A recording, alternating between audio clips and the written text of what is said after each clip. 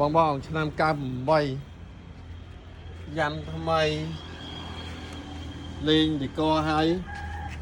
អានេះថ្ងៃមុនខ្ញុំបានថតក្នុងឲ្យបងមើលអញ្ចឹងខ្ញុំថតក្នុងមកណានេះក្នុងរបស់វា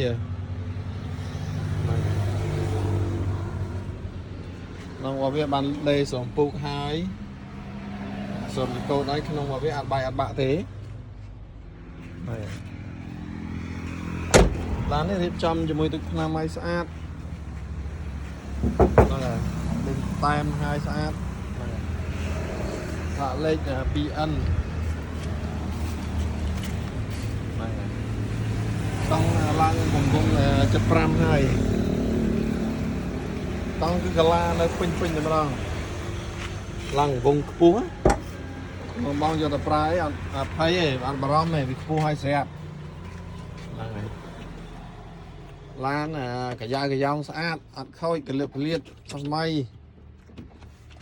ហ្នឹងបងច្រឡំថាមិនមែនថ្មីខ្លាញ់គូខ្ញុំចង់និយាយថាថ្មីស៊ីនណាថ្មីរបៀបស៊ីនហ្នឹងហើយឡាននេះបានគុជហើយមួយគ្រាប់ទៀតណាបងប្អូនណាតង់ថ្មី4គ្រាប់គុជហើយមួយគ្រាប់គុជហើយ2គ្រាប់អញ្ចឹងចង់បានឡាននេះតែទៅមកបានអត់ផ្ទាល់ទៅរៀបចំឲ្យស្រស់ណាបងណាស្រស់ហើយចំហវាបងមើលស្រស់យ៉ាង98ឯកសារម្ចាស់ដើមគ្រប់ឈៀក2028ចាំបានតែតង់បានអត់ផ្ទាល់កូនច្រើនដល់ណោទិញលក់រថយន្តសាលាលេខ5